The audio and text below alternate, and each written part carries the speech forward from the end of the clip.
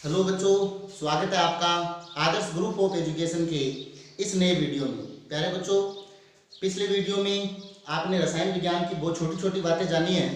इसी संदर्भ में लेसन स्टार्ट करने से पहले कुछ छोटी सी एक टॉपिक है रासायनिक आबंध। वैसे देखें तो बहुत जटिल टॉपिक है। ये एक ऐसा टॉपिक है जो आपके 11th 12th में जैसे जैसे आगे बढ़ोगे वैसे वैसे इसके बारे में आप जानते ही जाओगे, राइट। लेकिन बहुत ही महत्वपूर्ण जो आपके विशेषकर 10th क्लास के अंदर काम आने वाला टॉपिक है, ये है आपका रासायनिक आबंध। तो इसको हम पिछले टॉपिक समझे थे उसी प्रकार से और अच्छे से समझते हैं। ध्यान दें, वीडियो को लास्ट तक देखें, तभी जाकर के क्लियर होगा। नंबर दूसरी बात, आपके पास कॉपी और पेन दोनों होनी चाहिए जब आप ये वीडियो देख रहे हो तब, ताकि आप अच्छे से उसको नोट कर सके, समझ सके और होमवर्क भी कर सके। क्योंकि अब तो हमें लॉकडाउन के अंदर काफ़ी दिनों तक इस प्रकार ही पढ़ना है। ठीक है बच्चों, स्टार्ट करते हैं हम रासायनिक आबंध। इसे इंग्लिश में केमिकल बॉन्डिंग बोलते हैं, राइट। रासायनिक आबंध का मतलब क्या होता है, थोड़ा सा हम समझते हैं। जैसे आप छोटी सी कक्षा 6th क्लास से सीख रहे हो आप कि जल का सूत्र H2O होता है। आप बहुत छोटी कक्षाओं से समझ रहे हो कि श्वसन क्रिया के दौरान आप लोग ऑक्सीजन गैस है वो लेते हो और ऑक्सीजन का प्रतीक होता है O2 होता है, राइट। आपने छोटी सी क्लासों से सीख रहे हो कि जो घरों में हम नमक का सेवन करते हैं, साधारण नमक, उसका सूत्र होता है NaCl, सोडियम क्लोराइड। आप छोटी छोटी कक्षाओं से समझ रहे हो कि एसिटिक अम्ल है जो सिरके में पाया जाता है CH3COOH, उसका ये सूत्र होता है। प्यारे बच्चों, इसके अंदर आपको 2 हाइड्रोजन दिखाई दे रहे हैं, 1 ऑक्सीजन दिखाई दे रहा है। इसके अंदर आपको 2 ऑक्सीजन दिखाई दे रहे हैं परमाणु, इसके अंदर 1 सोडियम 1 क्लोरीन, इसमें कार्बन हाइड्रोजन ऑक्सीजन ये सब दिखाई दे रहे हैं। अब ये ऐसे तो है नहीं जो अचानक अपने आप जुड़ गए। अगर H2O, जल का सूत्र H2O है, इसका मतलब फाइनली ये इस प्रकार से इस ऑक्सीजन और इस हाइड्रोजन के बीच में कन्फर्म कोई ना कोई आकर्षण बल है। यहां पर भी इस ऑक्सीजन और इस हाइड्रोजन के बीच में भी आकर्षण बल है फाइनली।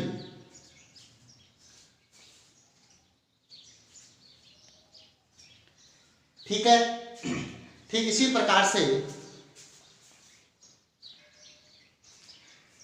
प्रकार से यहां पे जो आपको O2 दिखाई दे रहा है, ये O2 है, ये ऑक्सीजन O+O से मिलकर बना होगा, मतलब यहाँ पे कोई ना कोई इस प्रकार का आकर्षण बल जरूर है। यही आकर्षण बल क्या कहलाता है, रासायनिक आबंध है, रासायनिक बंध है। यहाँ पे आपको सोडियम क्लोराइड दिखाई दे रहा है, फाइनली सोडियम और क्लोरीन के बीच में कोई ना कोई आकर्षण बल है। यही आकर्षण बल क्या है, रासायनिक बंध है। अब देखो कुछ बातें मैं क्लियर कर देता हूं। रासायनिक आबंध बोलो चाहे आबंध बोलो, बात एक ही है। मैं यूं लिख सकता हूं, रासायनिक बंध बराबर आकर्षण बल, कोई दिक्कत नहीं है। रासायनिक बंध बराबर आकर्षण बल, मतलब कहने का मतलब क्या हुआ कि जैसे अगर हाइड्रोजन ऐसे है तो फाइनली इस हाइड्रोजन अणु के अंदर जो हाइड्रोजन परमाणु भाग ले रहे हैं, इनके मध्य कोई ना कोई एक आकर्षण बल है, कन्फर्म है, राइट। इन्हीं आकर्षण बल को क्या कहते हैं, रासायनिक बंध। इसकी परिभाषा क्या हो गई, जैसे मान लीजिए O2 एक अणु है, H2O एक यौगिक है, इसका निर्माण ऑक्सीजन ऑक्सीजन से मिलकर हुआ है, इसका निर्माण हाइड्रोजन हाइड्रोजन ऑक्सीजन से हुआ है। तो इसकी परिभाषा क्या हुआ, अणु निर्माण में या यौगिक निर्माण में परमाणुओं के बीच में जो आकर्षण बल पाया जाता है, या यौगिक या अणु निर्माण में परमाणु आपस में जिस आकर्षण बल से जुड़ते हैं उसको क्या कहते हैं, रासायनिक बंध कहते हैं। वापस परिभाषा सुनो, अणु निर्माण या यौगिक निर्माण में परमाणु जिस आकर्षण बल से आपस में जुड़ते हैं उसी आकर्षण बल को क्या कहते हैं, रासायनिक आबंध कहते हैं। बच्चों, रासायनिक आबंध होता है वो मुख्यतया 3 प्रकार का होता है, और आप आगे जैसे जैसे पढ़ाएंगे वैसे पढ़ते जाओगे आप कुछ कक्षाओं में। आपको 10th बेस पर 3 रासायनिक बंधों को समझना है, राइट। ये 3 रासायनिक बंध कौन सा है, एक है सह संयोजी बंध, दूसरा है उप सह संयोजी बंध, और तीसरा है आयनिक या विद्युत संयोजी बंध। राइट, यानी covalent bond, coordinate bond and ionic bond, right. तो इन 3 बंधों के बारे में पढ़ना है। अब हम स्टार्ट करने जा रहे हैं कोवेलेंट बॉन्ड, यानी जिसे हम बोलते हैं सहसंयोजी बंध। सहसंयोजी बंध के बारे में जानने के लिए आपको मुख्य बातें 2 जरूरी है। पहली बात, ये ए धातु के मध्य होता है। किसके मध्य? ए धातु के मध्य, मतलब ऑक्सीजन के मध्य, ऑक्सीजन हाइड्रोजन के मध्य, ऑक्सीजन क्लोरीन के मध्य, क्लोरीन और क्लोरीन के मध्य, इस प्रकार ए धातुओं के मध्य होता है। पहली बात आपको ये जाननी है। सहसंयोजी बंध किन के मध्य होता है? ए धातु कौन से? जो इलेक्ट्रॉन ग्रहण करते हैं, जो ऋणावेशित होते हैं, जो उदासीन परमाणु ऋणायन में बदल जाते हैं, यानी उनके अंदर अधिकांशतः सहसंयोजी बंध होता है। दूसरी बात आपको कि संयोजी कोष यानी आपको बाहरी कोष के इलेक्ट्रॉन को ध्यान में रखना है। बाहरी कोष में 8 इलेक्ट्रॉन होना जरूरी है। तो एक तो ए धातु के मध्य होता है एक सहसंयोजी यानी संयोजी कोष या बाहरी कोष के बारे में आपको ध्यान में रखना है। और बाहरी कोष में आपको कितने इलेक्ट्रॉन प्राप्त करने हैं, कितने इलेक्ट्रॉन भेजने हैं? आपको 8 इलेक्ट्रॉन भेजने हैं। तो ये 2 बातें आपको सहसंयोजी बंध में बहुत ज्यादा जरूरी है। अब मैं स्टार्ट करता हूं एग्जाम्पल के माध्यम से। सहसंयोजी बंध की परिभाषा, ए धातु के मध्य बनने वाले बंध की परिभाषा, इलेक्ट्रॉन ग्रहण करने वाले अणुओं के मध्य बनने वाले बंध की परिभाषा, 2 परमाणुओं के मध्य इलेक्ट्रॉन युग्म की साझेदारी द्वारा बनने वाले आबंध को क्या कहते हैं? सहसंयोजी आबंध कहते हैं, राइट।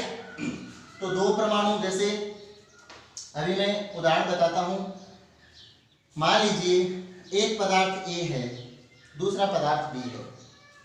ये दोनों पदार्थ मिलकर एक बिजनेस स्टार्ट करना चाहते हैं।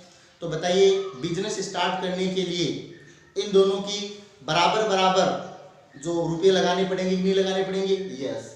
मान लीजिए ए आदमी ने 1 रुपया लगाया तो बी भी कितना रुपया लगाएगा? 1 रुपया। अब ये बिजनेस 1 रुपये से स्टार्ट हो रहा है कि 2 रुपये से स्टार्ट हो रहा है? ये 2 रुपये से स्टार्ट हो रहा है। तो बताइए, ये दोनों रुपये एक आदमी के लगे हैं कि दोनों के लगे हैं? दोनों के लगे हैं, लेकिन बराबर लगे हैं कि नहीं है? यस।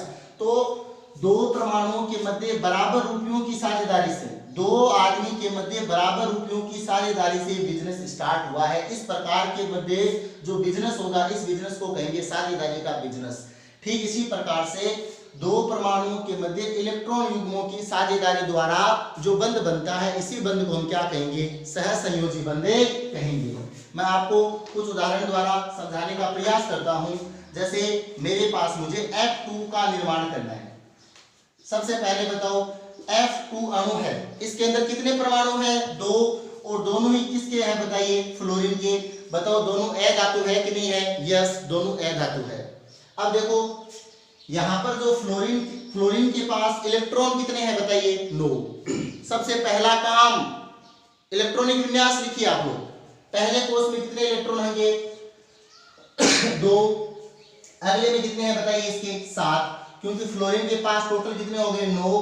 तो आप बताओ, इस फ्लोरीन का इलेक्ट्रॉनिक विन्यास 2 और 7 है कि नहीं है? है। लेकिन बाहरी कोष पूरा भरा हुआ होना चाहिए कि नहीं होना चाहिए? होना चाहिए, यानी अष्ट कंप्लीट होना चाहिए। तो बाहरी कोष में 7 इलेक्ट्रॉन है। जितने बाहरी कोष में इलेक्ट्रॉन है, ये यहाँ पे रख दो आप। 1 2 3 4 5 6 7 इलेक्ट्रॉनों को डॉट से दर्शा दो या ऐसे दर्शा दो। 1 2 3 4 5 6 7। अब आप बताओ, इस फ्लोरीन के बाहरी कोष में भी 7 है, इसके भी बाहरी कोष में 7 है। क्या इसका अष्ट कंप्लीट है? नो। तो ये फ्लोरीन परमाणु इस फ्लोरीन के 1 इलेक्ट्रॉन के साथ साझेदारी करता है। ठीक इसी प्रकार ये फ्लोरीन भी इस फ्लोरीन के 1 इलेक्ट्रॉन के साथ साझेदारी करता है।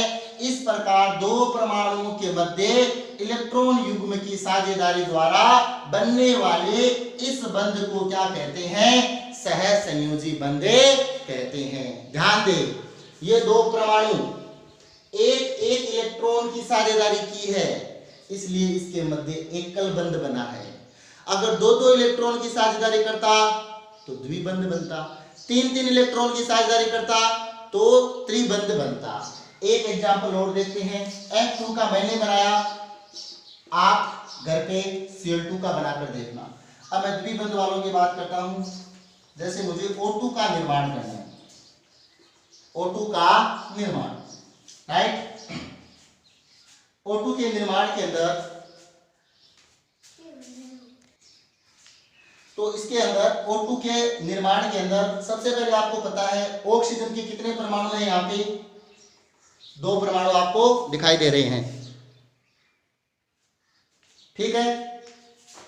एक ऑक्सीजन का परमाणु ये और दूसरा परमाणु ये। अब बताओ ऑक्सीजन कितने नंबर पे है? 8 पर। पहले कोष में कितने नंबर पे है? 2। दूसरे कोष में कितने इलेक्ट्रॉन आएंगे बताइए? 6 आएंगे, ठीक है।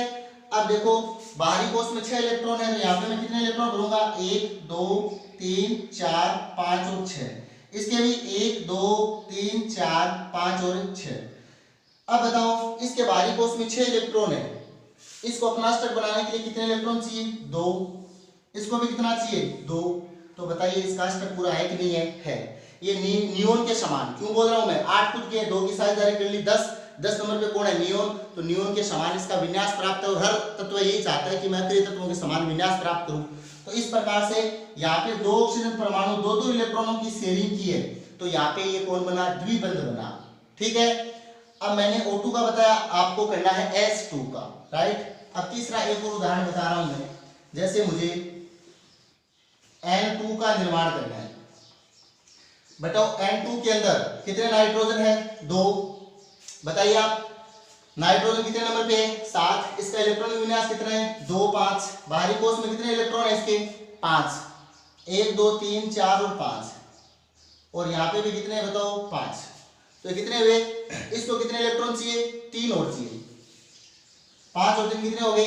8। इसको भी कितने चाहिए? 3। 5 और 3 कितने हो गए? 8। बताओ कितने कितने इलेक्ट्रॉनों की साझेदारी हुई बताइए? 3 की। तो यहाँ पे कौन सा बॉन्ड बना बताइए? ट्रिपल बॉन्ड बना। परिभाषा क्या हुई? 2 परमाणुओं के मध्य इलेक्ट्रॉन युग्मों की साझेदारी द्वारा बनने वाले आबंध को क्या कहते हैं? सहसंयोजी आबंध। चौथा एग्जाम्पल और देखते हैं हम। जैसे हमें बनाना है CO2 का, ऐसे के अंदर अगर 2 से अधिक परमाणु हो तो जो कम परमाणु, उसको आप एक बार ऐसे समझने का तरीका बता रहा हूं मैं, उच्च कक्षाओं में आप विद्युत ऋण आदि के आधार पर देखो कि किस प्रकार लाया जाता है, उसको बीच में ले लेना। तो यहाँ पे कार्बन अकेला है, ऑक्सीजन 2 है, जो कम हो उसको बीच में लेना है, ज्यादा उसको साइडों में लेना है, राइट। तो यहाँ पर कार्बन कितने नंबर पे है? 6। बाहरी कोष में कितने इलेक्ट्रॉन है बताओ? 4। और ऑक्सीजन के बाहरी कोष में कितने बताओ? 6। 1 2 3 4 5 और कितने हो गए बताओ? 6। इसके भी 1 2 3 4 5 और कितने हो गए? 6। इसको कितने इलेक्ट्रॉन चाहिए? 2 6 2 8। इसको भी 2 6 2 8। इसको भी कितने चाहिए बताओ? 2 और 2 4, 2 6 और 2 8। अब देखो अगर इस कार्बन की बात करें तो 4 और 4 8, अष्टक कंप्लीट। इस ऑक्सीजन का भी कंप्लीट, इस ऑक्सीजन का भी कंप्लीट। देखो 2 परमाणुओं के मध्य, देखो इन 2 परमाणुओं के मध्य और इन 2 परमाणुओं के मध्य, 2 परमाणु के मध्य इलेक्ट्रॉन युग्म की साझेदारी द्वारा बनने वाले आबंध को क्या कहते हैं? सहसंयोजी आबंध कहते हैं। जैसे एक और बताता हूं मैं मेथेन का, जैसे CH4। मेथेन का सूत्र क्या होता है? CH4। इसमें एक कार्बन है और हाइड्रोजन कितना है? 4। कार्बन के बाहरी कोष में कितने इलेक्ट्रॉन है? 4। और हाइड्रोजन के बाहरी कोष में कितने? 1 इलेक्ट्रॉन है। तो ये क्या करेगा? हाइड्रोजन अपना क्या करेगा? देखो यहाँ पे हाइड्रोजन 8 इलेक्ट्रॉन पूरा नहीं करेगा, क्योंकि हाइड्रोजन के पहले कोष में 1 इलेक्ट्रॉन तो खुद के है, इसको एक ही और चाहिए, तो ये 1 इलेक्ट्रॉन कार्बन से ले लिया। इसका ड्यूप्लीट यानी K कोष कंप्लीट है, और ये कार्बन इनसे 1 इलेक्ट्रॉन और ले लेगा। इसका कार्बन का ये क्या है? आपका स्ट्रक्चर क्या है? कंप्लीट है ऑलरेडी। तो इस प्रकार से आपका ये जो CH4 का निर्माण होता है, और ये यहाँ पे कौन सा बॉन्ड बनता है? Single bond. तो प्यारे बच्चों, 2 परमाणुओं के मध्य इलेक्ट्रॉन युग्मों की साझेदारी द्वारा बनने वाले आबंध को सहसंयोजी आबंध कहते हैं। सहसंयोजी आबंध रासायनिक आबंध का ही टॉपिक है। रासायनिक आबंध एक प्रकार का आकर्षण बल है। यौगिक के अंदर परमाणु जिस आकर्षण बल से बंधे होते हैं, उसी आकर्षण बल को रासायनिक बंध कहते हैं। इस रासायनिक बंध के अंदर सबसे पहला सहसंयोजी बंध पड़ा। सहसंयोजी बंध धातु धातु की अधातु के मध्य होता है। परमाणुओं के मध्य इलेक्ट्रॉन युग्मों की साझेदारी द्वारा बनने वाले बंध को सहसंयोजी बंध कहते हैं। जैसे फ्लोरीन फ्लोरीन के मध्य सिंगल बॉन्ड, यहाँ पे डबल, यहाँ पे ट्रिपल, तो इस प्रकार बनता है। आप घर पे H2 का Cl2 का, S2 का, P3 का, H2O का, SO2 का आदि का आप लोगों को यहाँ पे सहसंयोजी बंध आपको बनाना है। ओके राइट, धन्यवाद।